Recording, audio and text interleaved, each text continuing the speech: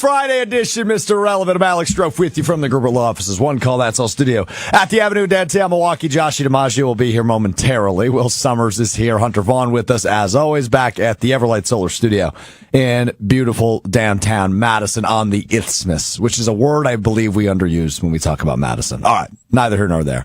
Lots to get into after the Packers win again on Thursday Night Football.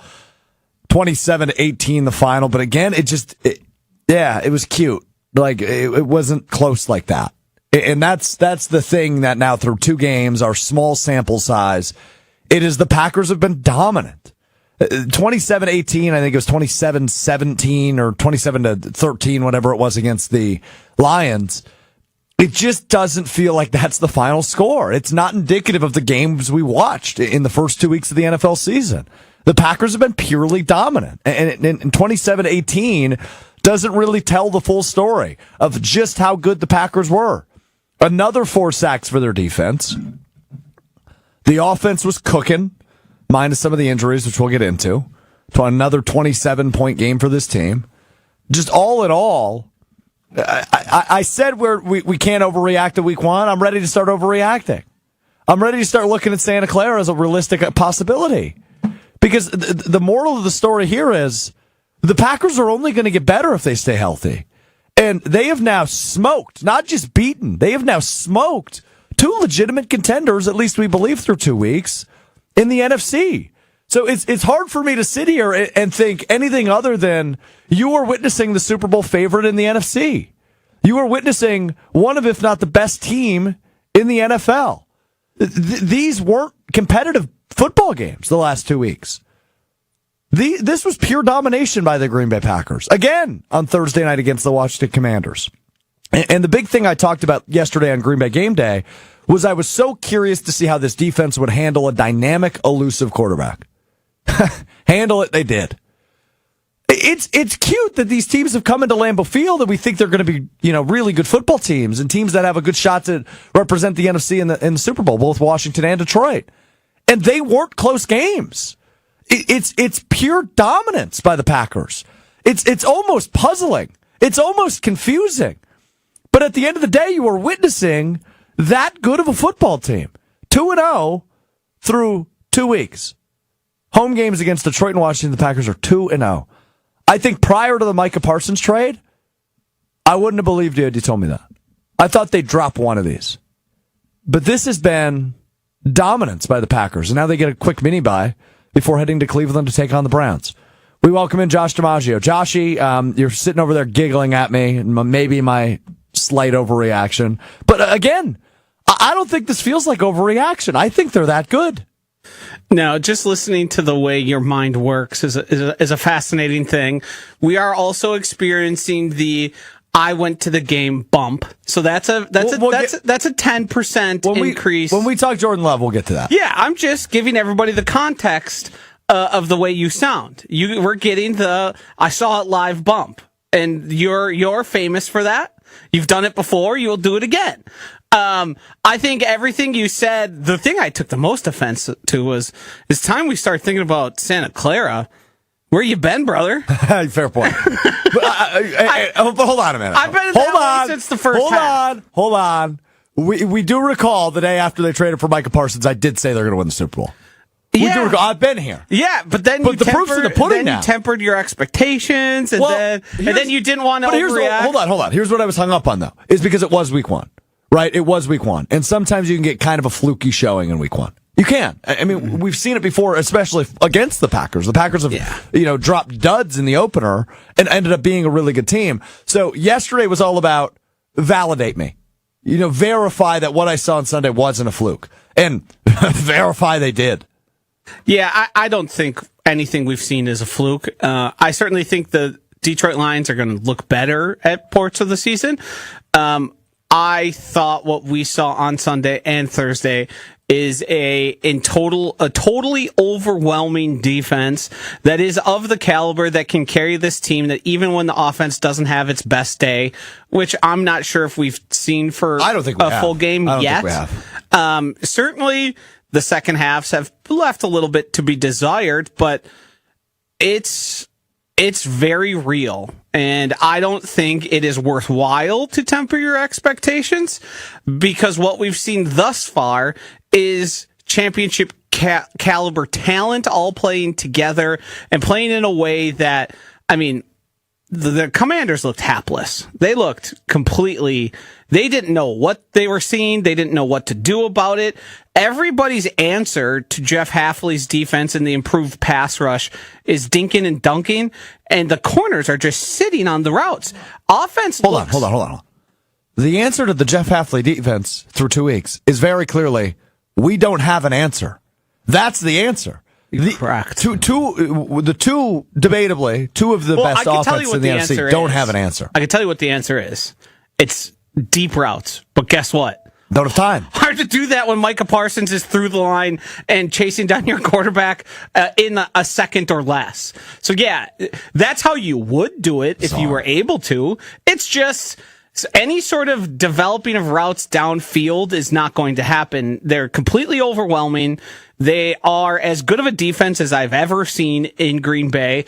Certainly I was part of, I was alive. I was not really of a football mind in 96, but I was aware of just how good they were at that time. The Packers are not just amongst the Super Bowl contenders, they are amongst the elite in the NFL. And I think what we saw yesterday was the gap between the tier the Packers were in prior to Micah Parsons is huge. Mm-hmm. Because the Commanders and the Packers, to me, were on very similar levels heading into the season. Yeah, and then with one trade, everything seemingly flipped on its head, and there's a big difference. I agree the Micah Parsons effect is real, right? There's no denying that through 2 weeks. But I think without Micah, and obviously we don't have to worry about that or think about that very much, but I think even without Micah, this would have been a good defense. Yeah. I mean, they were very good last year, and yeah. People, I remember Brad Nortman saying it's the same exact defense as last year. Whoops. When he said that in 2024, because didn't they finish as like a top 7 defense in all the NFL? I believe they were 7th. Yeah. And then they got even better. And they have a guy who looks to be otherworldly, is an alien, is a force to be reckoned with. At one point they were triple teaming him. They said 2 ain't good enough. He's broken 2. We gotta go 3. Send 3 at him. Send the whole damn offensive line that way. I think the Packers would have won both of these games if I'm going to try to retroactively look at it without Micah Parsons. But I don't think they would have looked like a virtual unbeatable. I just want to throw out there real quick before we get to Hunter. Edgerrin Cooper now has 22 tackles through 2 games. He's a machine. The Packers' record for tackles in a season, you know who holds it? Blake Martinez. You're correct. 203 tackles in 2019. Yeah. Cooper is pacing. He's on pace. He's on pace for 203. So yeah. Just throwing that out there. Let's clear the air on this. They're doing it in very different ways. Very different ways. Blake Martinez. Blake Martinez was cleaning things up. Edgerrin Cooper is breaking things down. Yeah. That's what's going on. I mean, that guy looked so good. Another half sack for him last night. Rashawn Gary gets a sack. Carl Brooks with half a sack. Devontae Wyatt with a full sack. And Micah Parsons and Barron Sorrell, obviously, with a half sack each. Sorrell's comes, I believe, late in the fourth quarter. 99 will shine. Where's his dad been? Where's he been? Where's he been in our YouTube comments? 99 did shine in the fourth quarter last night. Go ahead, Hunter. There is one aspect to the defense that we haven't seen it yet, and I do want to see how it handles when they have to play when the Packers are behind. I don't think they're going to run into it much, but like when you have those games where maybe the Packers are down by 10, that the other team is running the ball and running the ball and running the ball on them. I think they're good enough to be able to handle that. It's just through 2 weeks yet we haven't seen how that gets handled. So that's my one question mark with them right now is, okay, if they run into that, what happens? Yeah, I think it's a good point. I think he brings up a valid point. I don't think it's good. A valid point. Okay. Sure. Both teams have averaged under 3 yards a carry, haven't they? That's correct. But and the Packers were up by 2 scores in the first half. So, you're not going to run the ball then if you're down 2 scores. So I think that does change some of the way that they've had teams playing against them. But the Commanders wanted to run, they couldn't to start the game. Correct. I mean, looking at the drives that the Commanders had, and we did this, I think, on Monday a little bit with the Lions, because the Lions just had no answers offensively, especially in the first half. The same thing with the Commanders. The Packers get the ball to start. They go turnover on downs through 9 plays. Commanders get the ball. 3 and out. Packers get the ball back. They drive 96 yards for a touchdown. Unbelievable. 7-0. They go up. Commanders get the ball back at the end of the first quarter. 3 and out punt. Packers get the ball back. 3 and out for them. Commanders get the ball back. They get a first down on 3rd down, and then 3 more plays, and that's it. So I think it was actually 2nd down, 1st down. So, I think the Packers' run defense is very good, and I think it's powered by Edgerrin Cooper and Quay Walker. The thing I have noticed is when Quay and Edgerrin Cooper know it's a run, it's very bad for the offense. Yeah. Because Edgerrin Cooper not having to think about what he's doing and seeing and attacking, I mean, he shoots across your screen, and next thing you know, the guy's like, oh, well, there that goes. Yeah. I do think certainly a team like the Eagles are going to be a different level of challenge when the run game comes, but there's the Ravens and the Eagles, who are both on the Packers schedule. Those are the only 2 that I would be like, oh, they could be dangerous. Yeah, but again, these are, and we've used this in the past with the Brewers. All right, and the others, debatably one of the best teams in the NFL. Maybe not even debatably in Baltimore, who they see at the end of the year at Lambeau. But these are good measuring sticks, right? I think is the term I've used in the past. Is that's measuring stick. Everyone calls it that. Yes. Okay. It's like I didn't come up with that. No. You do have a tendency to think you invent things that other people say all the time. What'd you do to Jason Wilde last year? Great American Order. You did not think you invented that. He did. I did, because I would always reference rap lyrics, and I would say the Great American Order. And Jason said, "Did you steal that from me?" I said, "No, I made that up." I believe it actually Inverse. flip-flopped. I said, "Did you steal that from me?" Yes. He did it again yesterday at Green Bay game day, and I gave him the side eye. Dude, you're stealing my line. You're stepping on my toes over there. Great American Order. Josh DiMaggio called my brain fascinating. Brett O'Clair chimes in. I don't know if I would use the word fascinating about Strouf's mind. Probably a good point by Brett. Chef Boy AG's going nuts in the YouTube chat. He is fired up about this team. He's fired up about this defense. He makes a comment on Jordan Love, which we'll get back to in a moment when we get to Jordan Love. But just all in all, a summary of our thoughts as the Packers now 2-0 heading into the mini bye. No football, obviously, for the Packers this weekend after a win on Thursday Night Football. They're a championship team. I mean, they look that good. The defense is unbelievable. It's still unreal what we're witnessing with this defense. To shut down 2 teams that many look at as some of the best offenses in football, to completely throw them off their game and not let them do anything until the 4th quarter in both games. That's so damn impressive. I'm so impressed by what I'm witnessing from the Packers defense.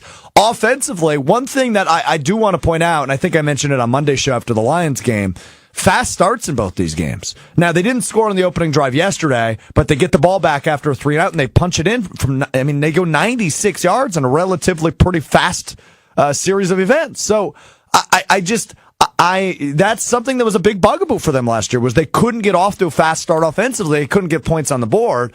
And now they're doing that this year. And to Hunter's point, they haven't been down at all. And it's hard to be down when you're as dominant defensively as you have been in the first half of each of these games.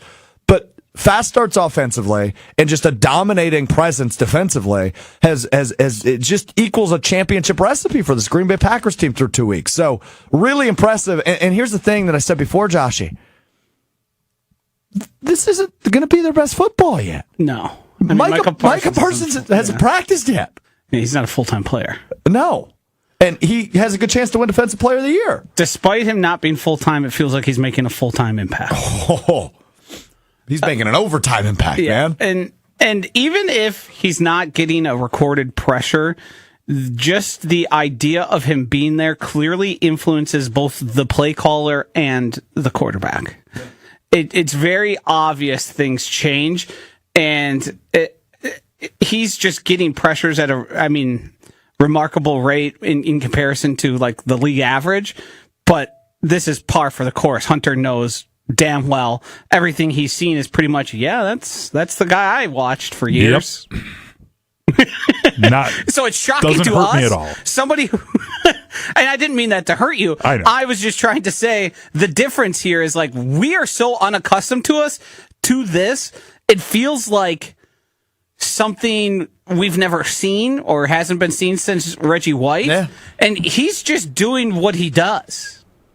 It's almost bizarre. It's another day at work. It's almost bizarre. It's hard to believe what we are witnessing. Go ahead. I told you guys Micah Parsons, doesn't draw a lot of flags. Last night alone, there were more penalties called because of him than all of the 2023 season he played with the Cowboys. So I'm not saying that it's because of the uniform change, but it might be because of the uniform change. NFL hates the Cowboys. Maybe we can look past the large sample size of 4 playoff games then. Well, from the top row. From the top row. I did notice him campaigning for himself after one of those. He did complete the play, but then immediately turned around and started barking at the refs. Love that attitude. Yeah. I also think Matt LaFleur is pretty good at lobbying officials. Hey, you won a challenge. He did. Matt LaFleur won a challenge yesterday. It's almost impressive as the catch from Malik Heath. Who saw Malik Heath come? I mean, obviously with the Jayden Reed injury, which we'll get to, which happened right in front of me. I'm going to give you my in-game perspective on some stuff here coming up. Let me tell you, I had a better view than you. From your couch? Yeah. Uh-huh. I got a way closer look at it. That's probably true. But it was right there. We were right in the corner of that end zone.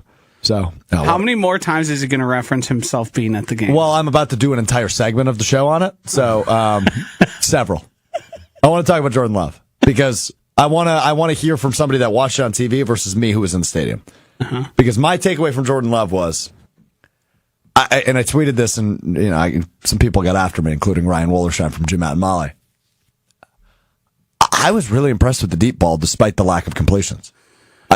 Something about Jordan Love that's worried me, and we talked about this a little bit off air, Joshy, is the deep ball seemed like a risky play for him, right? It was always in, a defender's zone. There was one throw yesterday to, I believe it was Romeo Doubs, where he kind of had to turn into a D-back. Not kind of. He used both of his hands to swat the ball away, like he was trying to block a floater in the lane. So there was one throw where I go, yeah, and then the golden throw that I think was off his back foot. He threw it from the 42-yard line or 43-yard line, and it was underthrown. He would have had a touchdown to Matthew Golden had he thrown that just put a little bit more Coop's mustard on it, but he didn't. That falls incomplete.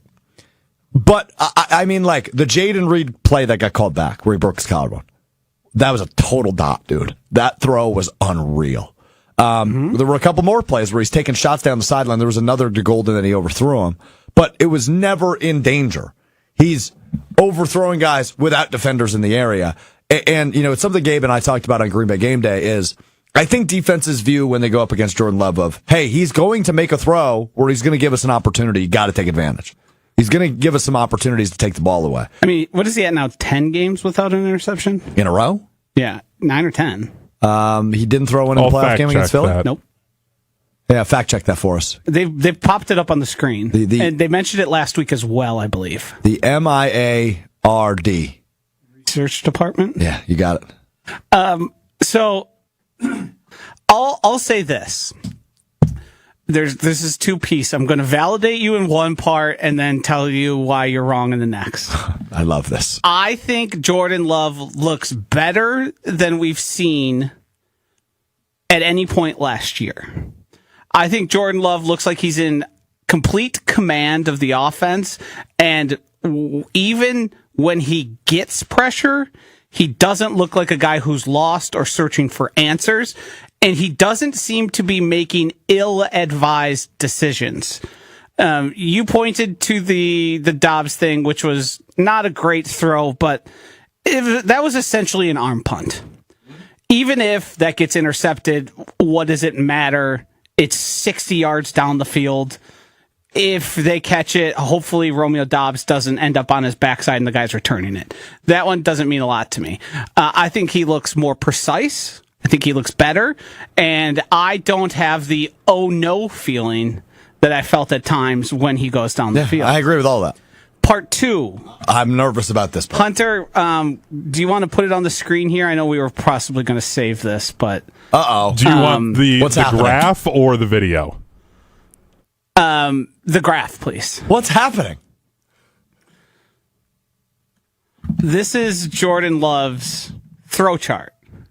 Okay, so just so I understand, greens are completions. Yes. Whites Blue- are incomplete. Yep, Yeah. and blue is the touchdowns.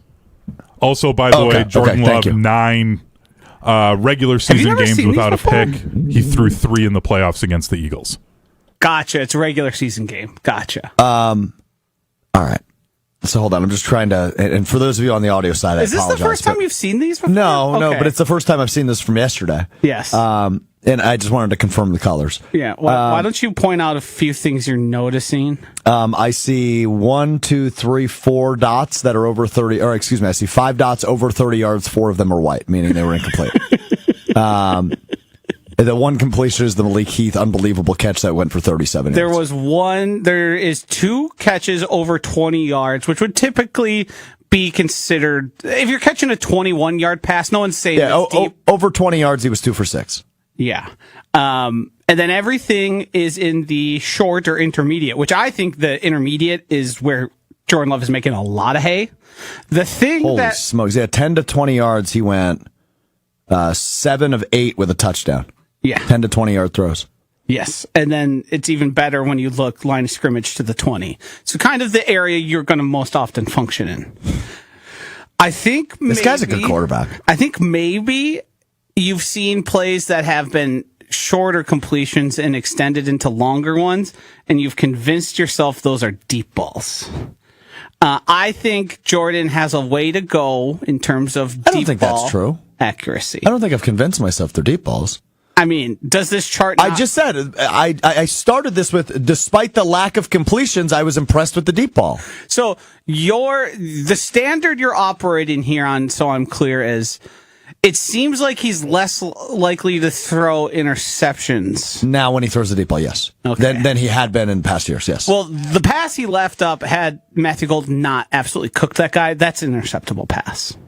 The one he shorted. The one in the end zone? Yes. Or the one... No, the overthrow's an overthrow. Those happen. If you're going to miss anywhere, miss long. Yeah. That's sort of the common thinking of get it out there, let your guy make a play, don't leave it short. The shoulda, woulda, coulda been a touchdown to Matthew Golden where he underthrew it. Yes. Yeah. I think that was interceptable. And, Again, and can I just say one thing about? I just need to say one thing about that throw. I want to have his back on the throw, which is now playing on the video stream, courtesy of Amazon Prime. That ball got there so fast. Yeah. That ball was traveling at the speed of light, dude. Like, he put that thing on a string. Yeah, we need to put more air on. He underthrew it. Yeah. He underthrew it. I agree. He underthrew it. But given how fast that ball was flying through the air, it wasn't interceptable. The defender did make a nice play on it and was able to bat it down. But he threw that ball so freaking fast. Which, by the way, quick tangent, quick side note. Evan Cohen, ESPN Raiders and Sportsmanlike. He's always said I played high school quarterback, threw 7 interceptions and a half or whatever. Dude whipped the ball at me yesterday at the Tundra Trail. It hurt. I mean, he played quarterback. He understands how to do it. He's just not good at locating it. I mean, he put it right in the breadbasket. Not good at reading It was also from like me to Will away, so it was just a here at my chest. It was crazy. Anyway, okay, continue on Love. I think, and there's places that do this. I believe there has, well, except for the one that was intercepted last week and almost intercepted to Anzalone against the Lions. That was a bad throw. I felt like there were far fewer interceptable balls. And I think he has looked better, looked more control. I do think for him to unlock fully what he is capable of, he needs to be more successful on those deep balls. I think there is still a lot of room to grow. And I also think, like we saw on that pass to Matthew Golden, last year he had the tendency to always be throwing off his back foot. And if you watch that clip back, he is on his back foot. Now, there's a little pressure around him. It's certainly not. He certainly has the ability to get his weight forward and to make a better throw there. Yeah, pocket collapsed a little bit, but he had time. Yeah, that's all arm right there. He's not driving on it. I just don't get how people look at that throw and don't go, that's a gorgeous throw. It's a little underthrown. Because it could have been a touchdown. That's why. Well, he throws that to the letters in the end zone. It's easily a touchdown, and then you're losing your mind over how great Matthew Golden is today. Can I add context to your benefit a little? Kingsley Nabar? No. Okay. Dontavian Wicks had a deep route earlier that was a missed completion. That one was on Dontavian Wicks. He had inside leverage. Jordan Love was leading him to open field, so he's supposed to snap off and sort of get away, trail. So if you're on the inside of somebody, you want to go that way. He didn't do that. Route runner JOSHY. It seems like he was sort of trying to lead Golden similarly. Yeah. Because if you look at like the body position, it seems like he was trying to do something similar there. And Matthew Golden, it's a much bigger problem that Dontavian Wicks still can't really understand inside leverage and where the defender has help or not. But I do think there is a little middle ground to be had there on those specifically. All right. I want to do something before we get to stock up, stock down. I try not to talk a ton about sports gambling because I know not everybody does it, but I think it is a good context into understanding just how good the Packers are and just how well they're being represented nationally. Have you looked at updated odds today? No, but I do want to say, how many more billion-dollar increases does sports gambling need to make before you make it a common part of what you talk about? That's Josh DiMaggio of the Weekly Wager on ESPN Milwaukee. Because let me tell you, Wednesdays from 6 to 7. It's been record years for like 5 years. I understand that. I gamble. I participate. But I don't think everybody that watches this program does. You wildied there? Huh? I know not everyone's a sports gambler. Everyone's not a sports gambler. But everyone at this point understands. I don't know if that's true. Well, they should. I'm going to try to educate I feel like we need to poll this within the YouTube chat. No, I think we got to poll this. Because you're making dumb choices. We got to call you out on it. And you're the producer. Do what you got to do. You produce the show. Okay. You got it. If you want to poll it. I'll read the poll. What media would you sports media would you possibly be able to consume and not be confronted with gambling odds and lines? Well, he's being a little unfair to me, no? There definitely are people that are not familiar with gambling. Let me tell you, they probably don't know how to use YouTube either. Valid point. People listen to the podcast. Shout out podcast listeners. If you are one of the 8 listeners we have that don't understand gambling yet, God bless you. Hey, Grandpa, looking at you. Grandpa Strouf listening to this going, what the hell is that Josh guy talking about? Shout out to Grandpa Strouf. All right. So, a couple of things. Number 1, Super Bowl winner odds. Who do you think the favorite is? Eagles. No. So then that's going to be Ravens? Ravens are second plus 650. So you bet $100, you win 650 if the Ravens win the Super Bowl. They put the Packers there. They're not number 1. Bills. So is it Bills? It's the Bills, yeah. Bills are plus 550. You win 550 if you put 100 down. Eagles and Packers are tied for third, plus 700. Interesting. I looked at Potawatomi this morning. I believe they were tied for the best odds. In the NFC, they are.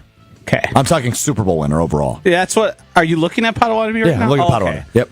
I thought I saw a tweet because you see people putting out different sports book odds. NFC Championship Conference winner. Yeah. Packers and Eagles are tied at plus 350. The important thing to hear to me is are there 4 teams under 1,000?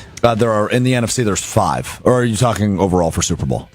Overall for Super Bowl. There's 4. Yep. It's the Bills plus 550, the Ravens plus 650, and the Packers and Eagles at plus 700. And that goes to then after that is it 1,200? That's the Chiefs, and then the Lions are 1,800. That difference, that 500-point gap there, is communicating a lot to you there. Yeah, there's 4 teams in the NFL that people view as realistic championship And the difference between those 4 to me is negligible. Good word choice. If somebody's plus 700, Will's face just scrunched up when he said that. He's thinking, do I write that down or not? Negligence. That's not what he said. It's a synonym. Nope, it's the same word. Same word. Different tense. We have things we called prefixes and suffixes. What were you saying? A prefix is at the start of a word. A suffix is at the end. He's right. Not tense. It's not what we're looking at here. Bills are the favorites? But any difference there, like a difference between a plus 600 and plus 800, to me is worth nothing. Mm-hmm. That's not a real difference. The NFC odds are bizarre.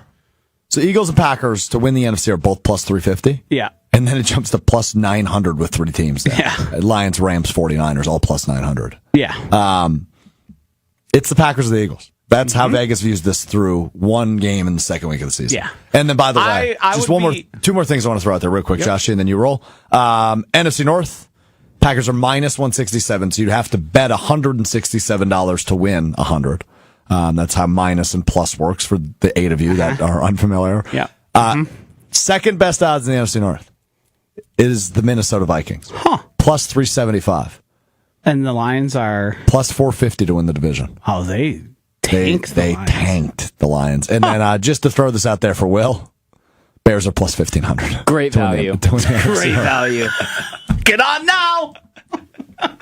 Let them lose again this week to the Lions and then bet on it. So much value. Buddy, you guys are going to get banked. It scares me that it's a revenge game for Dan Campbell. And then the last thing I want to bring up, Jordan Love has jumped to 6th best odds for the MVP. Depoy, yesterday I looked, and Myles Garrett was tied at plus 600 with Myles Garrett. I'm not seeing Depoy on here. Then that would tell me what likely is going on there is because one of the defenders in that has played. Oh, sure. They've removed the odds because it could skew potentially how people would bet that. Yeah. So there you go. There's the context in sports gambling for those. It's important. So glad. A lesson in sports gambling. The question I always get from people that don't understand it is... This could be... Hold on. Can we guess? Could be literally anything. Can we guess? No, like people that don't understand sports gambling, they just ask you, if I bet $100, what would that win? Yes. Like with the odds and the numbers and the math, which I don't even know, but I just know who the favorites Wait, and underdogs are. hold on, slow down. What do you mean you don't even know? So if someone was like, if the odds like minus 150 and someone's like, if I bet $100, how much does that win? I honestly do not know. $75. Okay. I'm just letting the phone do it for me, man. You're the best. You would bet 150 and you would win 100. I recently saw a comment on one of our YouTube videos. But now in some states there's taxes, so it doesn't add up anymore. Oh, I'm being dead serious. Will. Illinois takes a tax off your winnings. Yes, there is a tax. Well, outsmarted. I recently saw a comment on YouTube that was talking about why they love this show. Somebody was saying how much they love this show. Talked about, JOSHY being one of the best minds at ESPN Wisconsin. Me, my dumb brain and chaos. Can I guess what mine was? I'll tell you in a second. Or you can guess in a moment. I think something about Hunter was his passion, because he's just a very passionate dude, which he is. I think we would all agree with that. Go ahead and guess what yours was. My athleticism. Not muscles. How muscular you are. How sexy you are to look at on the video stream. Hair. No, none of those. It was, Will's just a chill kid. Good vibes. Everyone needs a good vibes guy. Will is definitely our good vibes guy. I'm a man. I'm not a kid. You're a kid. You're a kid. In the context of everybody here, you're a kid. I'm a grown-ass man. No, you're not. Buddy, I had to help you carry a love sack when we moved you into an apartment. You are a boy. I responsibly sold it on Facebook. How much? $110. It feels dismissive, but when he says, like, I'm a grown man, I just want to pat him on that. Yeah, right. Sure you are, slugger. Okay, love sack. Yeah, sport. Sure you are, slugger. Say it, Hunter. Come on. Yeah, you are. Sport. Yeah. Oh, sport? Uh-huh. Yeah, I thought there was more. That was weak. Okay, Thought pal. you got cut off. Pal almost gives him more credit than I'm willing to. Yeah, Okay, bud. Makes me sound like a sophisticated fella. Buddy. He's just a little buddy. Little buddy. All right, let's get into stock up, stock down. We do this after every Packers game. We have some players whose stock rises after a game. We have some players or things or coaches whose stock falls after a given game. After the Packers' 27-18 win over the Washington Commanders, let's get in to some stock up, stock down. We start, of course, as we always do, with a stock up, and that goes to Tucker Kraft. What a game by him. It's a guy who we've talked about potentially taking that next step and the jump to becoming one of the best tight ends in the National Football League. And I thought last night was a really good example of why. He had that 57-yard catch, which he just had all the space in the world to run, and he just kept running and running and running and running. 6 catches, 124 yards, and a touchdown for Tucker Kraft as he continues to evolve and look like he could be one of the best receiving tight ends in the National Football League. A great game for him, a career-high 124 yards in the Packers win over the Commanders. Great game for him. Yes. I tweeted out yesterday, and I don't think I was emotional overreacting. Tucker Kraft is a top 3 tight end in the NFL and a top 50 player. He's that talented, that much of a difference maker. His skill set is so rare that I want to get the Tucker Kraft extension done quick. Well, they've got another year. They do. And that price is only going up. Yeah. I don't care. Unprecedented 3rd-year, 5-year extension. Don't care. Do it. Because he ain't gonna be getting any cheaper. No, he's not.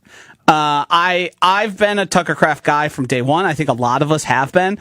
The way he stepped in as a guy from a small school, Luke Musgrave was clearly ahead of him. And then just every time he's out there and you can watch him blocking. You can watch him. He's working as hard as anybody on the field. And his ability to break tackles, stiff arm is just such a valuable weapon. And was happy that the Green Bay Packers, even though his targets weren't that high in the grand scheme of things, typically when you see a stat line like his, you typically see a lot more targets go his way. But he was on one yesterday. Sure was. He looked like. And it feels like if the Packers wanted to, they could have just kept throwing him the ball and it would have kept resulting in big plays and first downs and touchdowns. So I love Tucker Kraft. I'm excited to see him continue to grow because as much as we've talked about Tucker Kraft, he has not reached his ceiling in terms of what he's capable of. Yeah. I'm going to move on to this fella here. Stock up? Yep. Do it. How do you like them apples? We've got a cornerback. Yeah, we do. Keyshawn Nixon had 5. Yeah, not 1, not 2, not 3, not 4. 5 pass breakups. Yes, he did. He played as good as I've seen a corner play since prime Jair. He looked like a guy who was not only confident, but talented enough to, clearly, so 2 things happened yesterday. The Packers were targeting Marshawn Lattimore, and the Commanders were targeting Keyshawn Nixon. Yeah. Lattimore, I believe, gave up like 7 or 8 receptions, and Keyshawn Nixon had almost as many pass breakups. I don't know why the Commanders were throwing the ball to Noah Brown so much. That's his right name, Noah right? Brown, yep. Yeah. Yeah, he's They like terrible. him. Yeah, they should stop. Yeah, they shouldn't like him, but they do. Yeah. Hey, hot tip for you, Cliff Kingsbury. Stop liking him so much. But I thought that was awesome to see from him, a guy who's been questioned seemingly every opportunity he's gotten, and he has answered the bell in such definitive ways that I still think you could certainly upgrade his position. Yeah. But I have no concern about him and the Packers secondary for the rest of the season. Let's stay in that room, technically, with Javon Bullard. Yes. I thought he had a really nice night last night. Let's be honest, he plays more cornerback than he does safety. Yeah, I mean, he's their guy in dime, or in nickel, excuse me, in the slot. I just thought he had a really nice night. No technical pass deflections, but had 5 tackles. I thought he was all over the field, and he's noticeable. He's tackling. Yeah. Including Jayden Daniels. Almost killed him. He almost killed the man. Oh, we probably should make that joke. The card came out yesterday. Yeah, sorry, my bad. He's okay, though. He made an Instagram post. But his season's over. But Javon Bullard, I mean, he took Jayden Daniels down. Yes. And I thought there was also a few other opportunities. He's a guy that's been picked on at times. Yeah. He's also a guy who got thrust into a starting position, facing one of the most difficult positions to cover, and struggled at times. That'll happen for a rookie. It sure will. I think we're seeing a maturation there from him in a real. I don't want to. Oh, what's a good way to put this? I don't want to ignore the fact that all of those corners seem to be playing with a relative level of confidence that I don't know if they would have last year because of their confidence in the front seven and getting pressure. Those guys are just sitting on routes and saying, throw it here, I dare you. And almost every time they tried those short little dinky dunk routes, it was either a completion that was minimized or one that was knocked out of their hands and an incompletion. Yeah. I mean, it's hard to not just give a stock up to Jeff Hafley and the entire defense. Yeah. After what we've seen the last two games. So that's, I think, almost just expected. Everybody on defense pretty much gets a stock up. 4 more sacks, up to 8 sacks in 2 games. It's a pretty darn good start for a team that struggled with that last year, outside of 2 games. I've got 2 left for you. Stock up to the long ball. We talked about that. It's going to come together at some point. I promise you, Jordan Love is going to have a game where he's just throwing bombs, and they're going to connect. So stock up to the long ball, and stock up to one of my favorite players. Offense. Chris Brooks. You got it. Chris Brooks, stock up. 3 receptions for him yesterday. And, dude, they use him as a fullback, and I love it. I get so excited. At one point, they had a 22 personnel out there, so 2 running backs, 2 receiver, or 2 tight ends rather, with 1 receiver. They were out of the gun. Jacobs to the left, Brooks to the right, hand off to Jacobs. Lead blocker is Chris Brooks. It got me so fired up. It was right in front of me. I think the Packers are going to have to continue to get more and more creative because when Chris Brooks is on the field, it very oftentimes signals we're throwing the ball, and I think teams might be able to take advantage of that. Our poll over on ESPN Milwaukee's YouTube channel. Do you understand sports gambling? 78% of people say yes. 22% of people say no. 80. Mine says 80, and ESPN Madison's is 100%. Get wrecked. He technically wasn't wrong, though. I wasn't wrong. He was speaking to 20% of people. If you really love the MIA, you care about all of them. You know, one of the things they tell us as you're coming up as a broadcaster is you should appeal to 20% of your audience. Good pop. Good pop. Good pop. All right, quickly. Well, actually, 10%. It's even worse. Good pop by Joshy. All right, real quick. Stock down to kickers. I mean, doink, doink, doink, doink, doink. Yeah. I got one stock up I need to sneak in before. Dontavian Wicks. Oh, yeah, sure. He's a player. I don't know. He is a player. I don't know if he's going to reach the potential I thought he could, but as a third option, I think you'd be hard pressed to find many better. The drops are gone. Agreed. He looks like he knows what he's doing. I still think he has some figuring out of offense and coverages and how to handle them. But the guy's just open now, and he just catches the ball. 4 catches, 44 yards on 6 targets for him, including a 14-yard long for Dontavian Wicks. And he's yesterday. a dog when it comes to run blocking. Stock down to kickers. Matt Gay goes 1 for 3. Brandon McManus goes 2 for 3, but 3 for 3 on extra points because they scored 3 touchdowns. That short field goal McManus had, snuck it in. Snuck it in. That was a... Yeah. I was holding my breath a little bit. Yeah, I have a long stated feud with specialists. Brandon McManus being talked about how he was nearly perfect in training camp. Rob Demoski. It was only going to come back to bite. Going on the Bolt-a-thon and saying he wasn't going to miss a kick. And then that was a huge... Lasted 6 quarters. That was a huge momentum point. It didn't end up having really any bearing on the game. But to go from potentially giving up points and then the offense putting you in position to make said field goal and then you doink it, that made me real upset. PTSD for doinks, Will, as a Bears fan? It's just a funny sound. Make it for me. And it echoes a little bit. Yeah. That was good. That was actually pretty good. You want me to do it again? Yeah, one more time. This time, one more time. Wow. Who's in charge around here? I need a double doink. if we're going to do a doink. You're right. Give me the double doink. Dude, why? Come on. Do it. Do it. It's Friday, dude. We're so close. Double doink. Double doink. Double doink. I'll give you one. I'll give you one really loud one with a couple echoes, and it might sound like two. You know what sound that sounds like? Air horn. Air horn me. That's what that sounded like. All right, turn the mic off. You're done. You're done. Oh my God. Okay, that's stock up, stock down. Also, stock down to health after Jayden Reed breaks his collarbone. Did I have any other stock downs in here? You just put stock down, kickers, all of them. Special teams, I think, is fair. There was procedural issues. They got a couple penalties. Matthew Golden that bad punt fielded return. a punt on the 4 and lost yards. Yeah. And Keyshawn Nixon also had a questionable.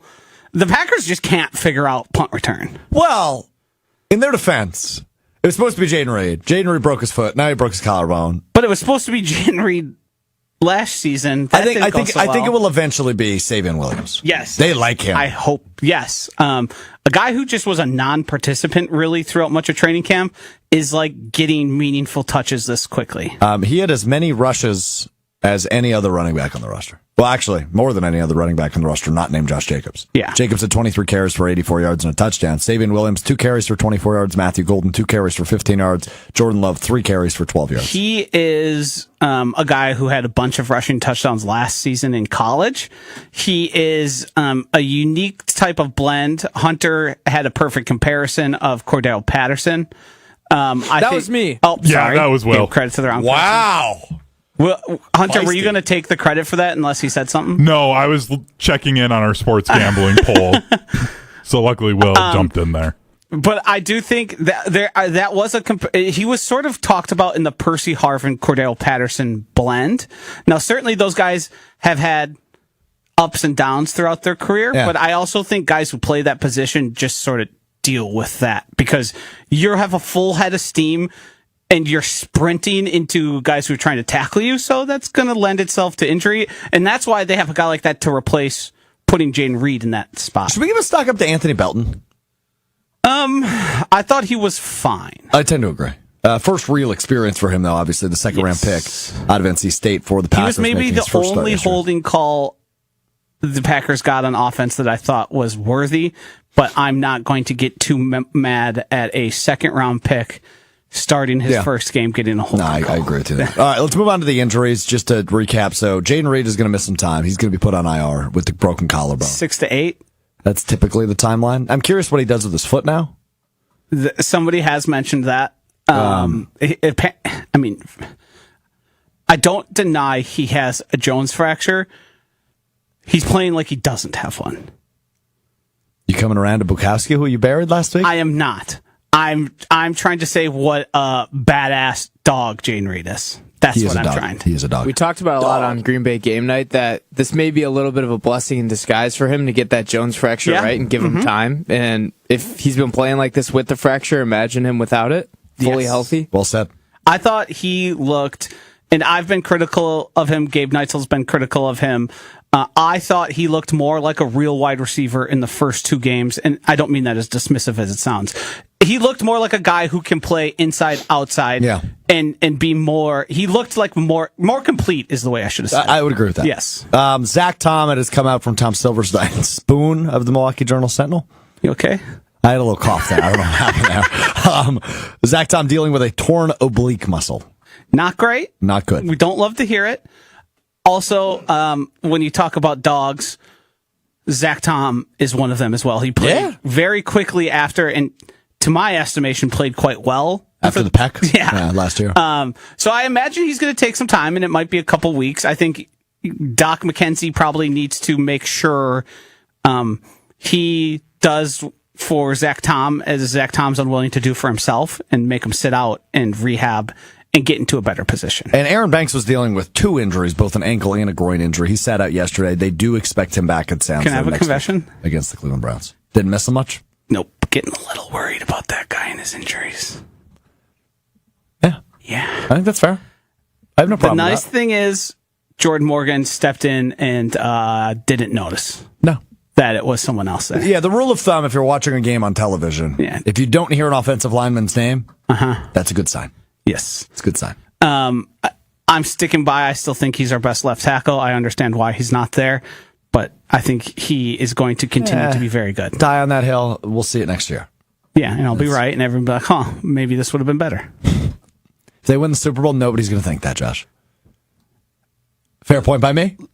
Fair point. Let's hope that's the case. I'll never mention it again. If they win the Super Bowl, you're done talking about it. Yep. Okay. Well, I guess. Rasheed Walker's been good, though, too, to be fair. Hey, man. Only, 21 more weeks until Josh shuts up?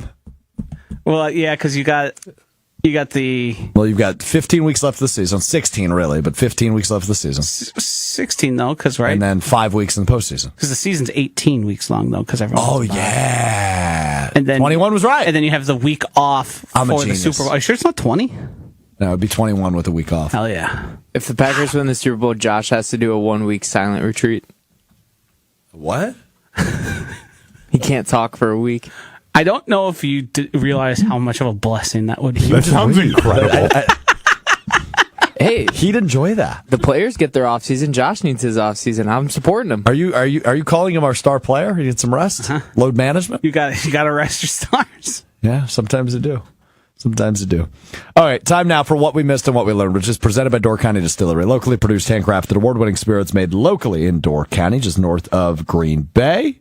It's connected to Door Peninsula Winery. Go do the tours, do the tastings, check out the product. They are the best. Rums, whiskeys, gins, vodkas, brandies, anything you need to elevate your tailgate this season. Do it with Door County Distillery. Check out their website, doorcountydistillery.com, and find the retailer nearest you. All right, Josh, I want to address something. I texted you and Greg Scalzo something last night. You completely ignored it. I ignored it because the response I was going to give you was the same one you got before I had gotten to it. So, Greg Scalzo, formerly of Scalzo and Bruss, now our boss here in Milwaukee. He's an avid hiccuper.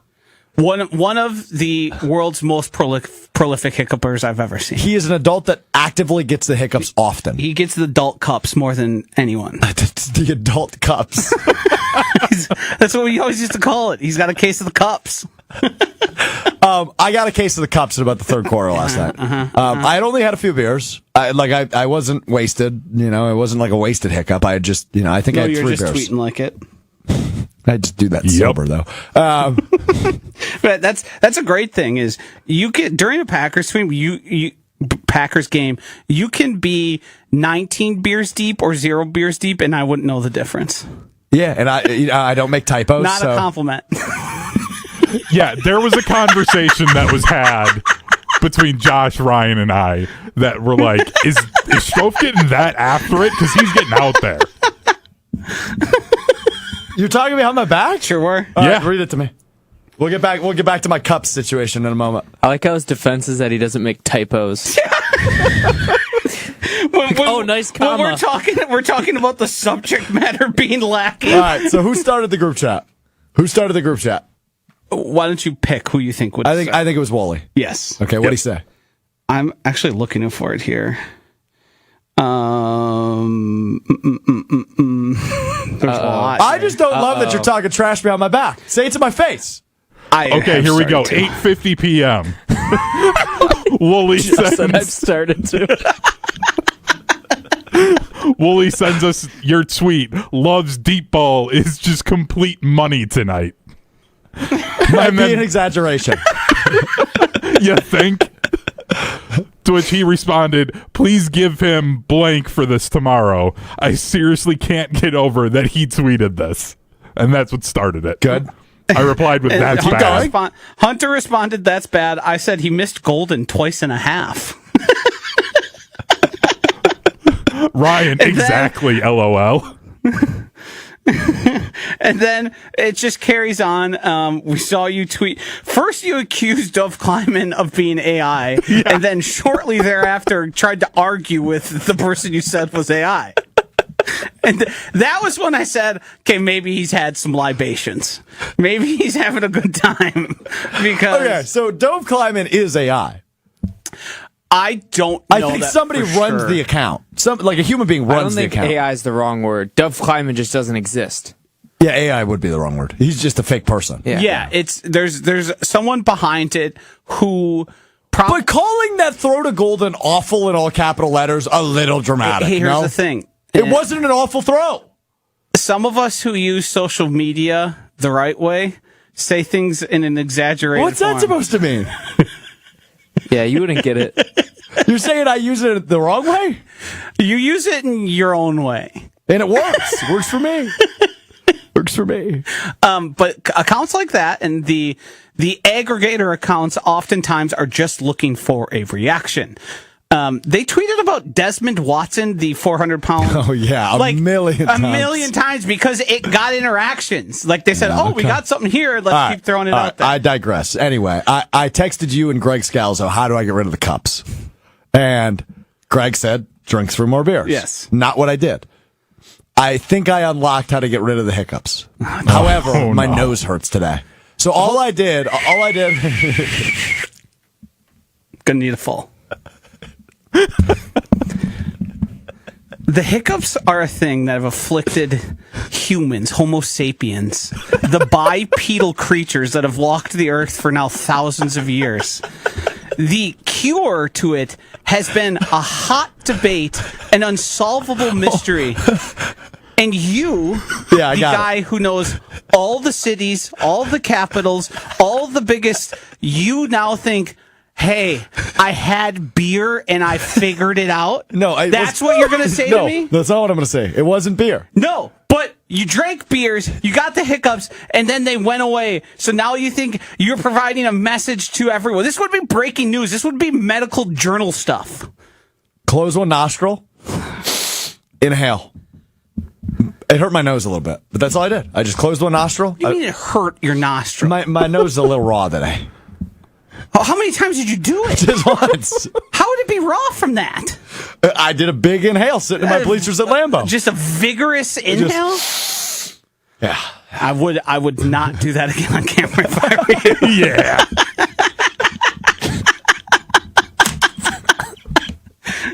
Now, I understand why you'd say that. Not what I was doing. Not what I was doing.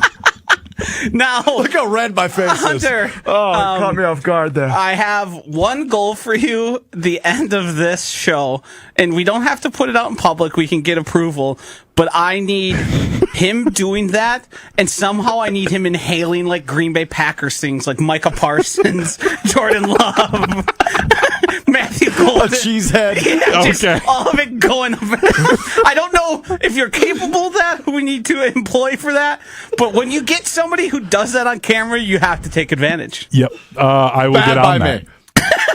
I will come out flat out saying, bad on me. That was a bad idea. It's a bad idea. Gerald says, the Micah trade broke Skip Bayless, and now I think it's breaking Strouf. Chef Boy says, Strouf's here for a good time, not a long time. I mean, to think that the thousands of years of human existence, no one had considered. I had it figured out. Do you think no one has ever tried what you've done? The history of mankind, billions and billions. I believe it's tried, but people kept it a secret. I know how to cure the hiccups. I don't think that to be the case. I have not gotten hiccups in legitimate years, so I don't know the next time I'll have them, but I'm going to try again, and I will let you know if it works. Do you know what things called coincidences? Not familiar. I think that might be it. And there's also other terms we use for things like this where you attribute things that causation versus correlation. Get familiar with that. All right, I can do that. All right, Will, what did we miss? Not really any words today. I think Hold on. I just said one. libations. Vociferous. All right, give me a second. You don't got a chance in hell at that word. Where have you been? Vociferous. He's just Spell that. Hold on, time out. Spell it. Spell it. What did you just type into Google? Okay. Spell it. Spell what you just typed in. The actual No. spelling I came wanna know. up, but Did you put an F in? Yes, he did. Look at him smile. yes, but that's how it's spelled. Isn't it with a V? Well, Oh, V. vociferous. Yeah, this is how I spelled it. VULCOFEROUS. Actual spelling. VOCIFEROUS. One word off. One letter off. You added One letter off. You added one that wasn't there, and I believe it was a U instead of an O. And I think he also added an There's L. an O in there. Yeah. Yeah, but you told us you said VU. VUL. Yeah, the L was the. Yeah, there's three. It's a long word. Hey, what does it mean, Will? Still like 30% off. This can't be right.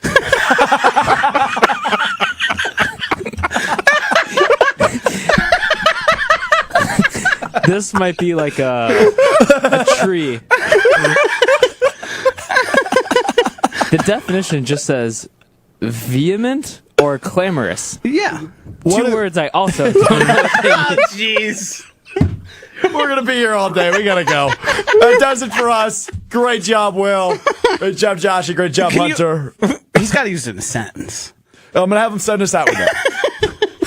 Packers win 27-18. They are now 2-0. Get the weekend off. They will take on the Cleveland Browns next week, which we will preview with you beginning Monday. We will also recap the weekend that was with Will's week in review on Monday. I hope vociferous makes an appearance.